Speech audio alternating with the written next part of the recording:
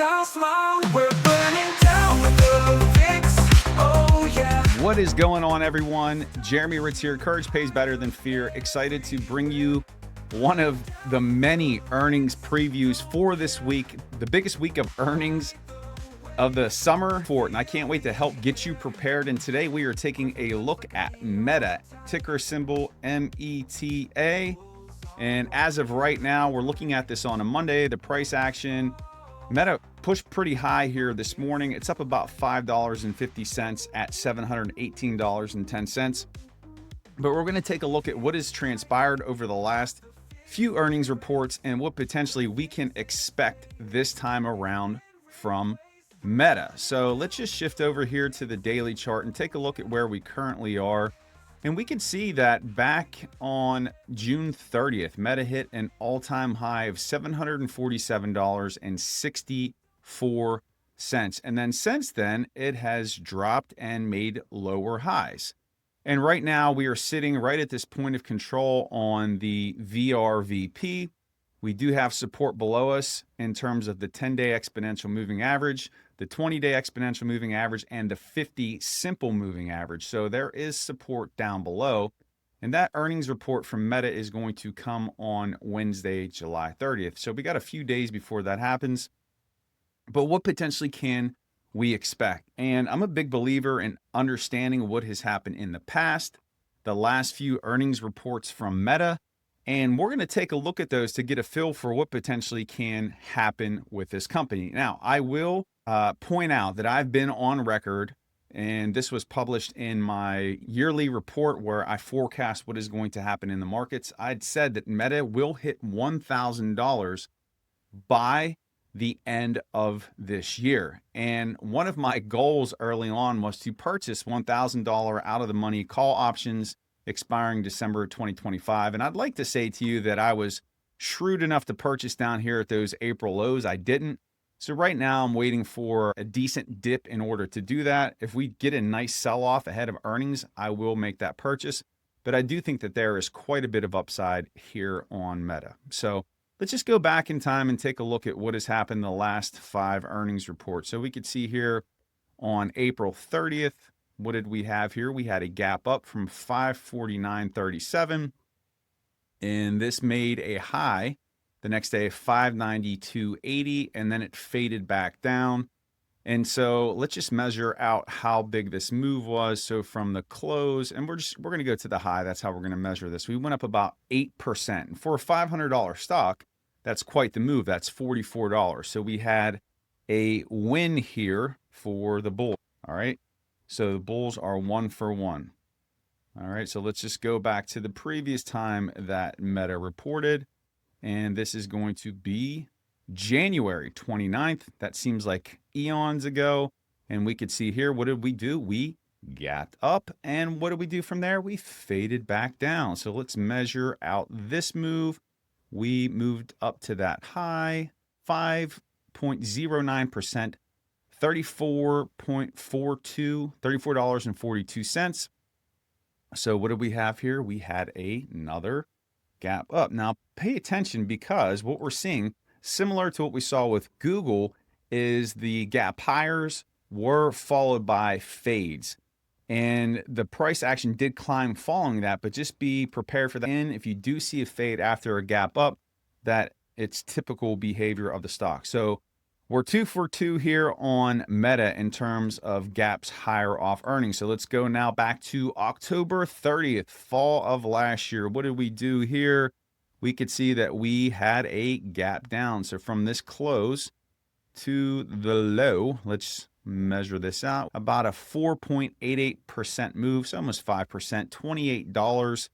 This is a win for the bears here, gap down. And let's see what it did following that move. So gap down, and then it found support there on the 50 SMA, pushed back up and just moved sideways before eventually moving higher once it got into November. So the bulls are 2 for 3 here out of the 3 earnings reports. Now let's come over to last summer, July 31st, and let's see what happened here. And what did we have? We had a gap up here. So from 474.50, or actually, yep, 474.56 up to the high. We popped $53.04. That was a move of 11.18%. So we had a gap up here. Let's mark that out, gap up. So 3 of the last 4 from Meta, gap up. And like we've talked about, what happened after that gap up? And the price action proceeded to push higher. So we're seeing that as a consistency here with Meta, gap up, fade down, push higher. 3 out of the last 4 times they've reported, the bulls have won. The last time the bears won was in October. So let's go and check out one more. And this is from April of 2024. And let's see what type of move that we had here. So from the close down to the low, woo, look at that one.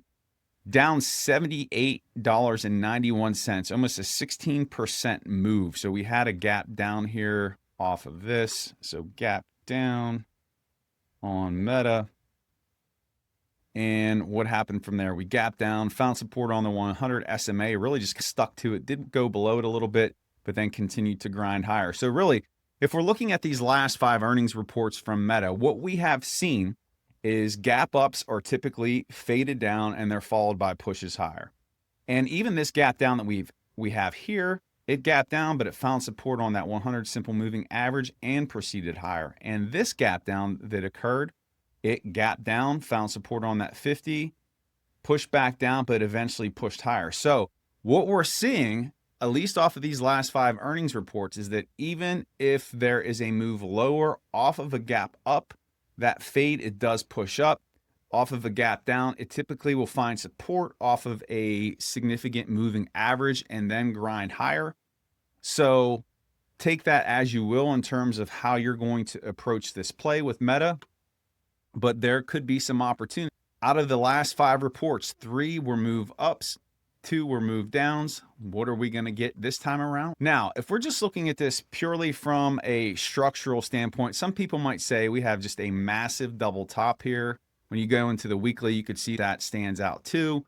But what I would say is this is a lower high, higher high double top. And I typically don't like to trade those short, because if we're making a higher high, that tells me that there's still some optimism and excitement, enthusiasm around the stock that it can move higher.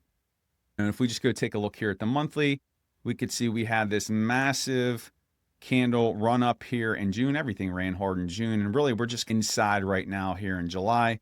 So potentially there could be a larger move coming. But what can we anticipate? What can we forecast here for both the bull case and the bear case thing? We're not just going to get a sideways move on Meta. We're going to get a big move, whether it's down or up. And so we have to be ready for that. So when I'm looking at this, what I'm seeing is if I'm looking at the visible range volume profile, we see that there is quite a bit of support up here from around 692 up to 726, which tells me that people are still interested in buying at these levels. Again, my target on Meta by the end of the year is $1,000. So buyers are still interested in the stock, even though it does seem highly priced. And we have sold down and made lower highs since we hit that all-time high. But I do think that there's an opportunity for this thing to push back up.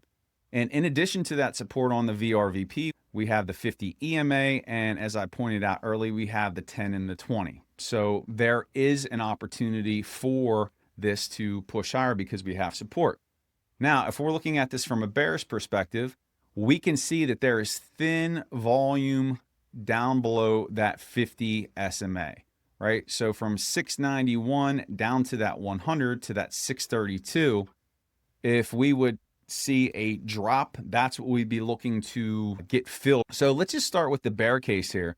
Let's say that Meta doesn't report well, that they have a miss, or that their forward guidance isn't strong. Then what we're potentially looking at, just from a technical perspective, that would be more than enough to take out this 50. And again, just because we have thin volume, what we'd be looking at is a bounce to come in here at that 100. You also have that 200 below it. You really have just a stalwart of moving averages in this area. So I'm going to put right next to my 100 SMA on the daily that this is going to be our bear case for earnings. And that price point is going to be $634.12. And if we measure that move out just from where we are today down to there, that's going to be about 11.57%, $82. That's a typical, maybe a slightly above average move for Meta, but it can do it. It's a $716 stock, right? Now, in terms of what it can do to move higher, the all-time high right now, again, 747.64. And we've seen those gap ups be between 8 and 11%. And being that this thing is up really quite significantly, I would say that we probably have between an 8 or 9% move. Let's give this a 9% move, which would take us up to 781.83. So I'm going to mark that out, 781.83. This is going to be our bull case on earnings. Let me type that in.